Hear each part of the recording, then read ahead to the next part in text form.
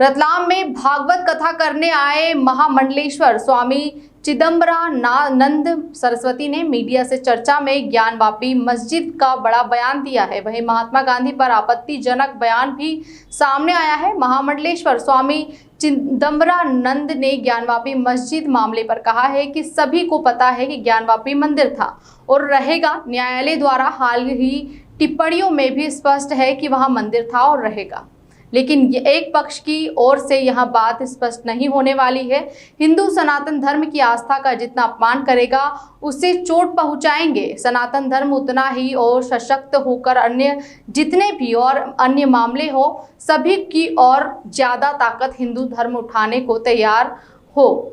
महामंडलेश्वर चिदंबरानंद ने कहा कि न्यायालय प्रक्रिया तब तक चलती रहेगी जब तक हिंदुओं को अपनी आस्था अस्मिता के प्रति आवेग उत्पन्न नहीं होगा। यदि मुगलों ने जितने अत्याचार धार्मिक स्थलों पर किए हैं उन सभी धर्म स्थलों को एक झटके में वापस लेना है तो कम से कम 60% हिंदुओं को जागृत होने की आवश्यकता है। महामंडलेश्वर चिदंबरानंद ने महात्मा गांधी को लेकर भी बड़ा विवादित बयान दिया है। उन्होंने कहा है कि महात्मा गांधी का वध किया गया है, ना कि हत्या, क्योंकि महात्मा गांधी ने छोटी छोटी बात के लिए अनशन किया, लेकिन उन्होंने भारत के बंटवारे पर कभी विरोध नहीं किया, ना ही बंटवारा रोकने के लिए अनशन किया। इसके बाद भी महात्मा गांधी ने मुस्लिम परस्ती दिखाकर अति कर दी। जब बंटवारे के वक्त हिंदू दिल्ली जामा मस्जिद में रुके तो महात्मा गांधी ने कड़कड़ाती ठंड में हिंदुओं को बाहर कर दिया और हिंदुओं को कहा था कि इनके धर्म स्थल पर नहीं रह सकते। इसके अलावा पाकिस्तान को पैसा देने के बात भी महात्मा गांधी ने कही थी। चिदंबरानंद ने कहा कि कोई भी व्यक्ति गांधी का एक सफल आंदोलन नहीं बता सकता और इसलिए जो पक्षपात उन्होंने किए उसके बदले उनकी हत्या को वध कहा जाना चाहिए। मतलब जो ज्ञानवापी मस्जिद का जो चल रहा है इसमें आपकी क्या राय है? क्या लगता है कि वहाँ पर कोर्ट में मामला चला है, कोर्ट का फैसला क्या आना चाहिए? सबसे पहली बात तो यह है उसको ज्ञानवापी मस्जिद नहीं बोलना चाहिए। दूसरी बात यह है कि वो ज्ञानवापी हमारे इतिहास से जुड़ा हुआ है। तीसरी बात पौराणिक इतिहास हो या धार्मिक इतिहास हो, भारतवर्ष की आस्थाओं का विषय है। इस विषय में निश्चित रूप से प्रत्येक वर्ग, चाहे वो कोई भी हो, सबको पता है कि सच्चाई क्या है। मंदिर है, मंदिर था, मंदिर रहेगा, और सुप्रीम कोर्ट हो अथवा कोई भी न्यायालय हो, उनकी हाल की टिप्पणियों से ये स्पष्ट है कि वो मंदिर था और मंदिर ही रहेगा। इसमें किसी को संशय नहीं रहना चाहिए। तो क्या उसमें और खुदाई की आवश्यकता है? खुदाई अगर निर्णय न्यायालय करना चाहे, कुछ और भी साक्ष्य इकट्ठा करने के लिए, एकत्रित करने के लिए अगर वो करना चाहे तो करे, लेकिन यदि आप भाईचारे की बात करते हो और प्रत्येक समाज से ये अपेक्षा रखते हो कि हम सब लोग एक साथ मिलकर के रहें, तो सामने वालों को भी भाईचारे का परिचय देते हुए और इस विषय को सरेंडर करके और हिंदुओं को समर्पित कर देना चाहिए।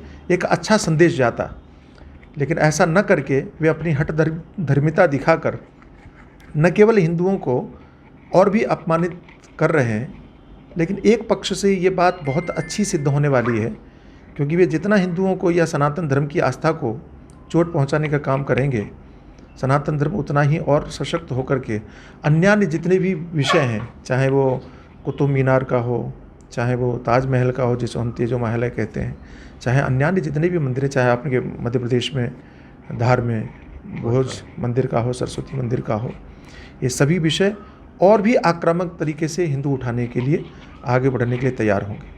क्या ऐसा नहीं लगता ये सब चुनाव आता है और उसके पहले ये सब मामले उठते हैं, इसके बाद ये मामले गौण हो जाते हैं? हाँ, नहीं, मेरा मतलब ये है कि पहली बात तो ये है कि ये राजनीतियाँ कैसे कब तक हुई इन विषय पर मैं नहीं पढ़ना चाहता, लेकिन वर्तमान समय में हम ये नहीं कह सकते कि केवल चुनाव के समय होता है, बाद में गौड़ हो जाती हैं। क्यों?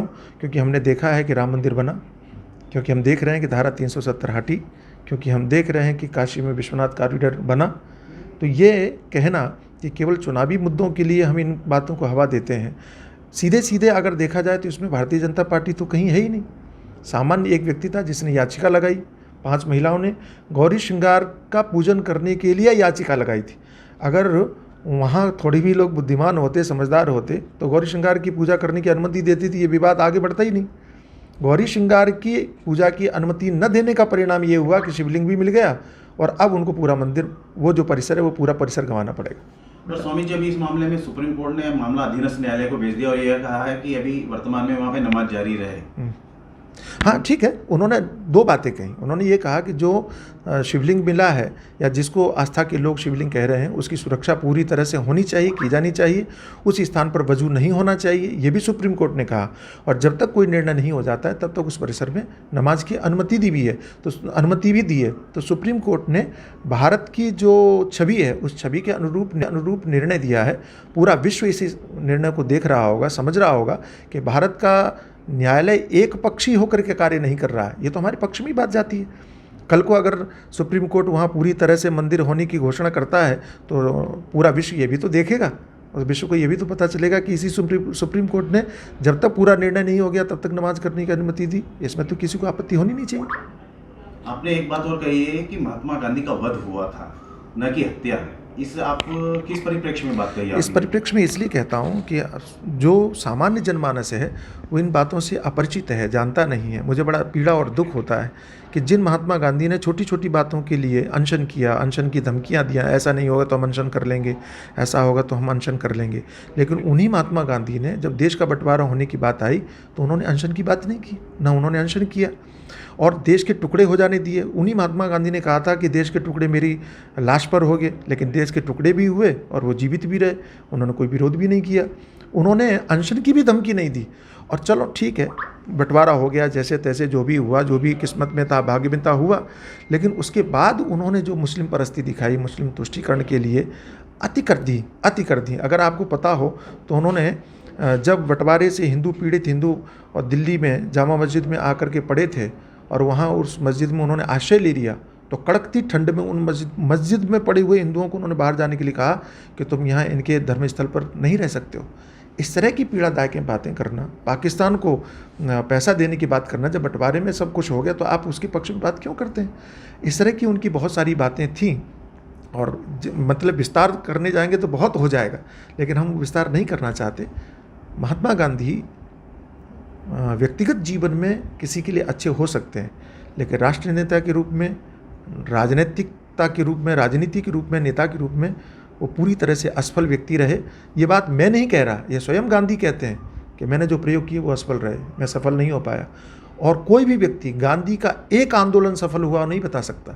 तो एक तरह से उन्होंने हिंदू धर्म के साथ में, उन्होंने भारत देश के साथ में जो अन्याय किया और जो उन्होंने पक्षपात किया, उसके बदले में अगर उनकी हत्या हुई तो उसको बद कहा जाना चाहिए। देश में मुगलों ने हमला किया था और सारे हिंदू धर्मस्थलों को तोड़ के उन्हें अन्य धर्मस्थलों में परिवर्तित कर दिया गया था।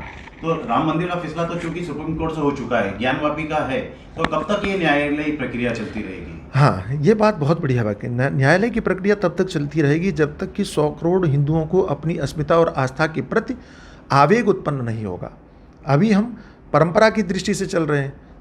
30% हिंदू जागृत हुआ है, 30% हिंदू जागृत हुआ है तो हमारे न्यायालय भी जागने लगे हैं। थोड़ा थोड़ा परिवर्तन होता दिखाई दे रहा है, लेकिन ये बात बिल्कुल सही है कि मुगलों ने जितने अत्याचार किए उन सभी धर्मस्थलों को वापस अगर आपको एक झटके में लेना है तो कम से कम 60% हिंदुओं को जागृत होने की आवश्यकता है। ठीक।